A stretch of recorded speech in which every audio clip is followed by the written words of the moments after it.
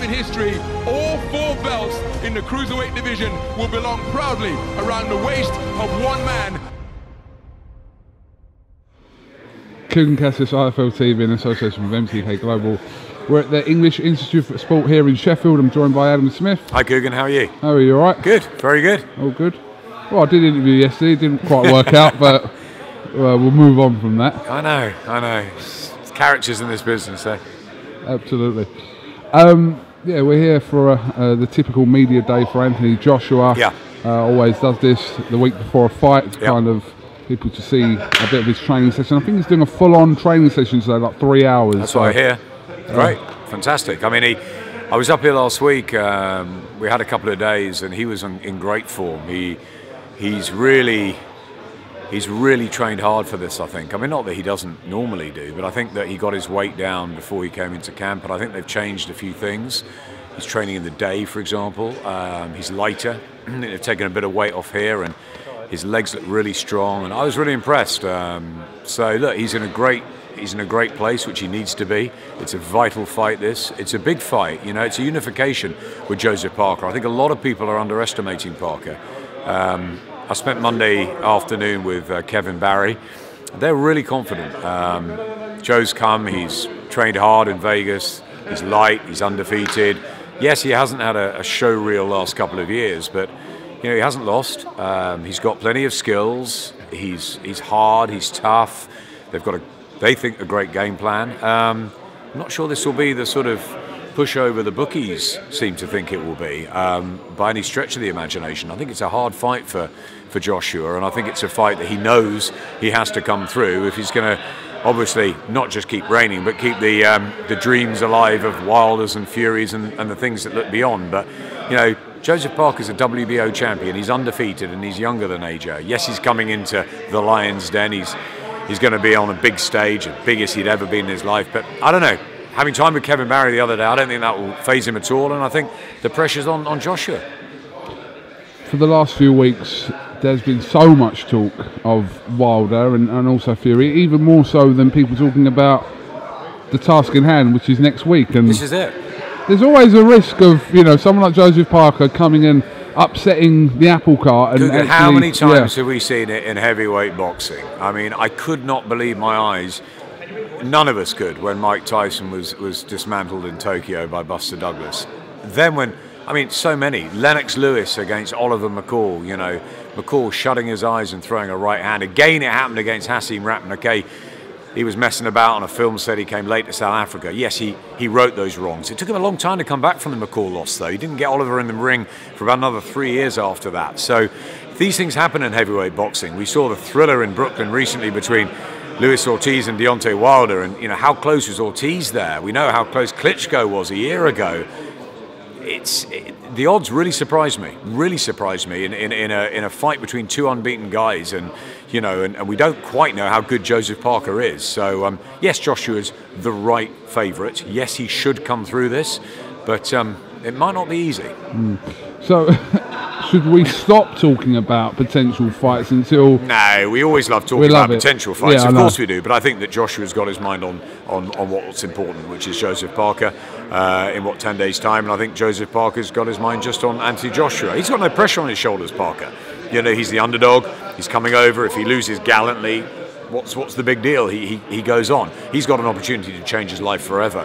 For Joshua, he's up there. For him, he's the man that everybody wants. The whole of Britain is behind AJ. They want to see him keep winning. They want to see Tyson Fury come back. They want to see what will happen if Fury at his best and AJ meet in a massive fight at Wembley, you know, let's say summer next year. That'll be the biggest British fight of all time, I think, if that's made, and they're both unbeaten. Tyson needs to come back. He needs to obviously have 2 or 3 warm-ups, tune-ups, whatever you call them, but we need to see him back in the ring. I think that's really exciting. But of course, the fight we want to see probably sooner than that is Deontay Wilder. Whether it's next, whether it's in December, whenever it is, we want to see it soon, because you know, these two juggernauts have got to meet, haven't they? It's going to be so exciting when they fight. He's a great talker, Wilder, and he's got huge power, and you know, and as we've seen, he's got plenty of heart as well coming through the crisis against Luis Ortiz. You know, does that fight give Joshua a bigger chance against Wilder, or has he answered the same questions that Joshua did against Klitschko? It's fascinating, and it's great times for the heavyweights. And let's not forget Dillian Whyte, Lucas Browne next on Saturday, 3 days' time. You know, if Dillian can come through that, maybe he gets a shot at Wilder. Wilder could fight over here first. There's so much that could happen. But I think you're right. People are looking past Joseph Parker, and I think that's a mistake. He's a WBO champion. He's undefeated. He's got great stock. He's got an excellent trainer, and they've worked really hard for this. He's got nothing to lose.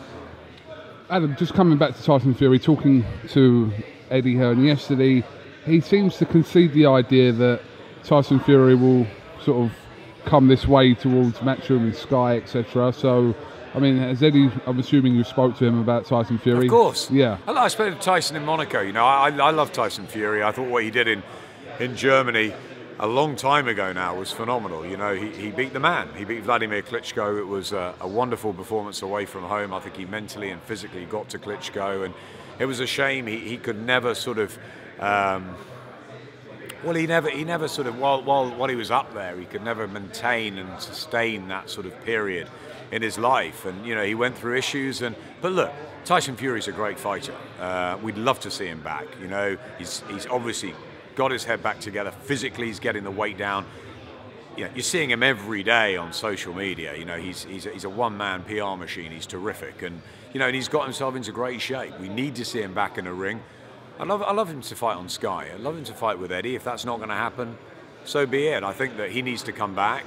There's so many avenues now for boxing. It's not just Matchroom and Sky. It's not just, you know, America. We've got ITV flying. We've got BT and BoxNation. There's so much. Channel 5 the other week with Joe Joyce. We've got so much out there. So many broadcasters that want to show boxing, which is terrific. You know, the sport is going through such a halcyon period again, and I think it's happening in the UK, and we really want Tyson Fury to come back.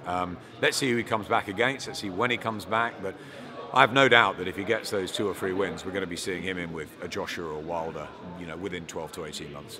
I mean, 6 months ago when we kind of, you know, he was in Monaco and we saw the weight of Fury, but from then, which was back in November, to now, this is the closest that we're kind of seeing that potentially he will return. He seemed to have a bit between his teeth in Monaco. Yeah. You know, he really wanted to come back. He said, I know I've got a lot of weight to lose, but I'm going to lose it. And he seemed to really want it again. And I haven't seen that determination that far in the eye of Tyson Fury for a long time.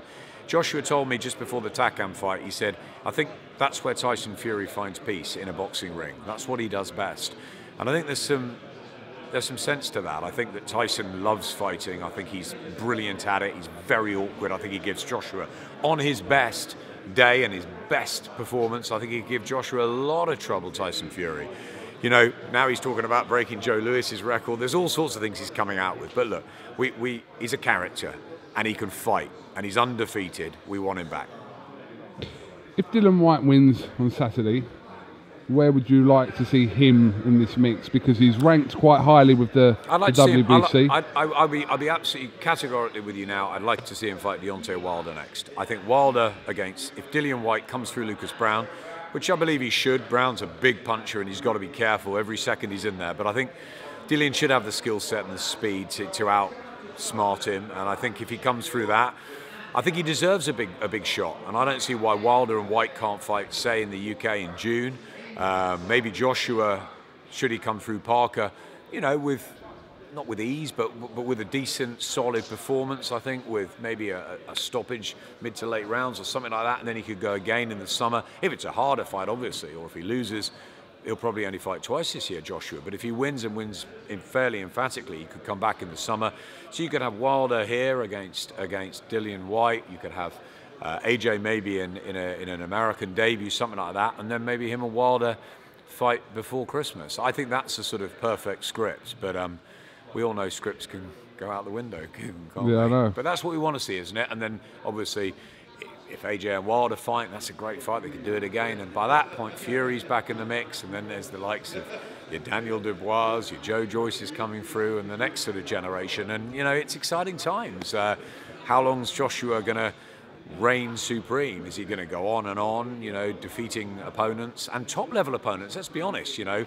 Okay, he had Pulev, then he had Takam at 10 days. You know, he was flat against Takam, but now he's not having a tune-up. He's going into Joseph Parker, who's probably outside of Wilder and Fury, the hardest challenge out there. He's the WBO champion. So I think it's the right fight at the right time for AJ. I think it's the right fight at the right time for Joseph Parker, because you know, he's ready to upset the world. Will it happen? Possibly not, but I think he'll give it a real good go. I'm sure David Price would want to put a spanner in the works somewhere by knocking Povetkin out next week. We all love David Price, don't you? Not just because he's a Liverpool fan and a great guy. I mean, listen, I feel really sorry for David. He was once, you know, 4 or 5 years ago, he stood, you know, as an unbeaten British champion, and he thought, oh, the world's his oyster. There was rumours of him knocking people down in sparring and his power just being almost unrivaled in the heavyweight division at that time. But it hasn't worked out for him. There's been real issues, you know, mentally and physically with David. But he came down to Sky a few weeks ago, and it was just before, it was about the time the Povetkin fight was being talked about, and he said, I need something, you know, I need this sort of a fight. And it's, you know, he knows, you know, if he loses this, there really isn't anywhere to go, but he can punch. So listen, we wish him well. It would be great if he could get back in the mix.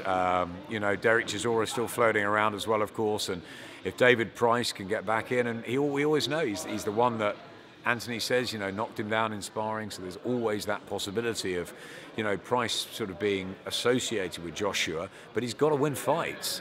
This is hard, though, against Povetkin. I think it's really hard, and he's a tough guy all round.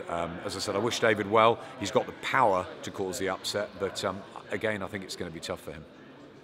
Should be an interesting couple of weeks. Yeah.